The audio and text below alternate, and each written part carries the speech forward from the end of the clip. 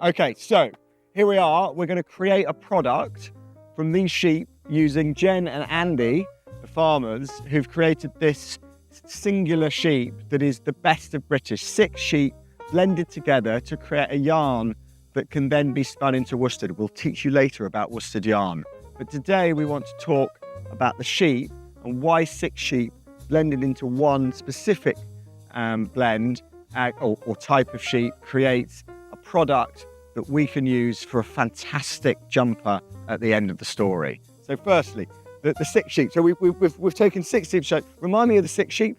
So we have a Shetland, we have a Romney, we have got a Teeswater, a Wensleydale, a Blueface Leicester, and a Leicester Longwool. And those 6 have been bred over what period of time? About a decade. A decade, and then we've narrowed them down into... Yeah, what we call in our sort of farming communities, we call it hybrid figure.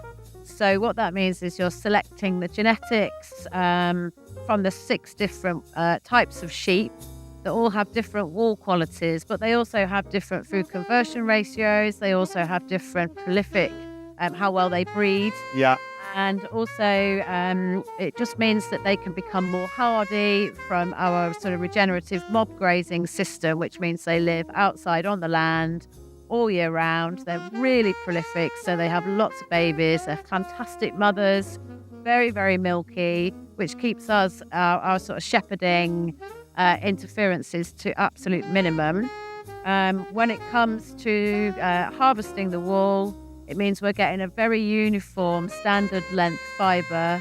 It's white, or it can be coloured in all the native British colours because of that genetic influence.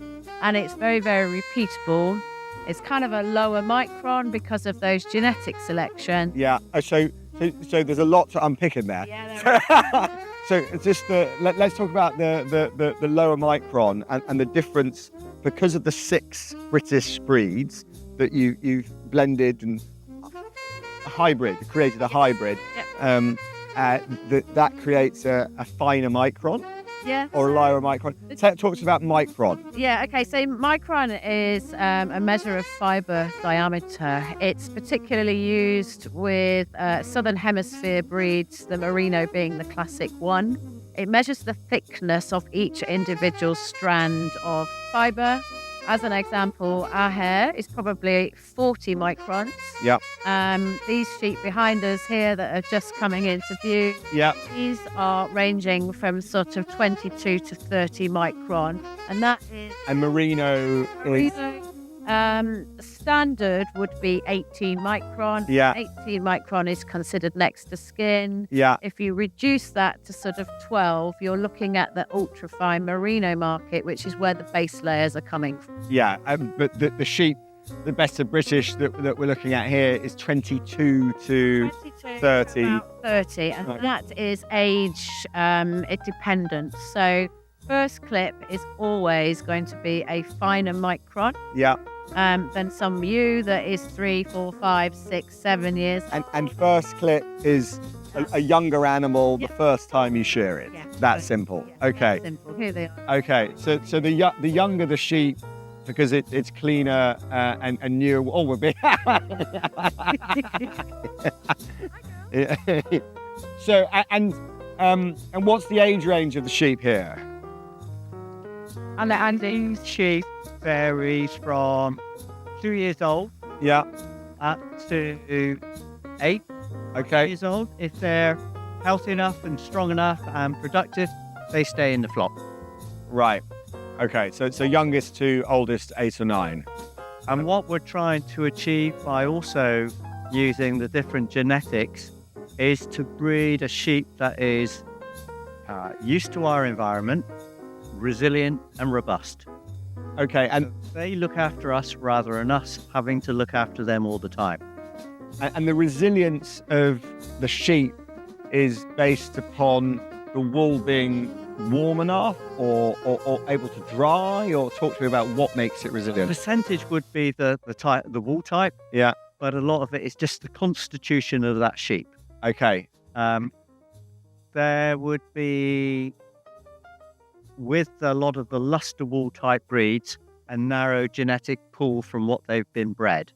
So by crossing them, using the Teeswater, the Wensleydale, the Blueface, we're actually increasing the genetic pool and giving them a little bit of hybrid vigor. And then we're trying to consolidate that good type for our landscape. Okay, so then what we're particularly interested in is the 6 sheep then being bred into one sheep. We can then create a worsted spinning yarn. So talk to me about what is the difference between worsted and woolen?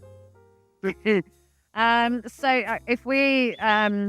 we look at the Shetland as an example, because that's where our base genetics come from, the maximum length you're ever going to get a Shetland is possibly, about 8 centimetres on average.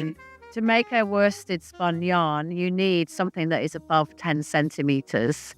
10 to sort of 15 is the average range. Anything over 20 centimetres and it almost becomes too long. And that relates to the machinery and how it sort of, goes around all the different elements from, being washed and then combed. Yeah. And then all the way through the machines. And so for us to decide that we want to create a worsted spun yarn because it's better for clothing, Yeah. we've gone right back to the start of the genetics. Yeah. So that we can harvest something that's very uniform. And after it's washed, opposed to it being carded, which is kind of where the fibres are sort of straightened out. Yeah.